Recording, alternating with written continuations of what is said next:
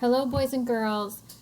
I want to show you how to access your student book, your student reading book, online. If you go to Clever and you scroll down, you can see Journeys Think Central. So if you click on Journeys Think Central,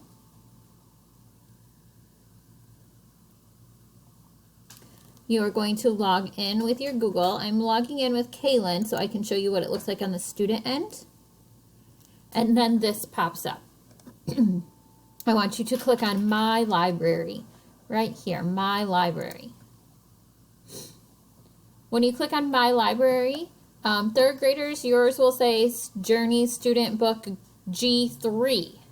Fourth graders, it says G4. And you click here.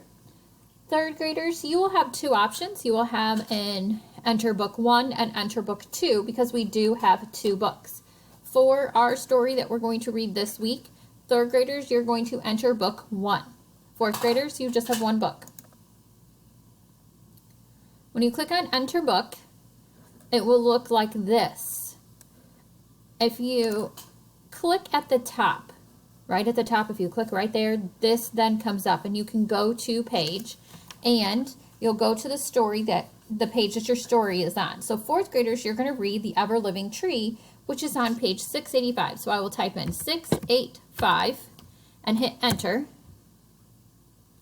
And here is my story, The Ever Living Tree. What is really cool about accessing this online is that as you scroll through the story, if you click this little speaker, the story will be read to you. So you can follow along with your book and then it'll be read to you. Just like I might read it to you out loud in class.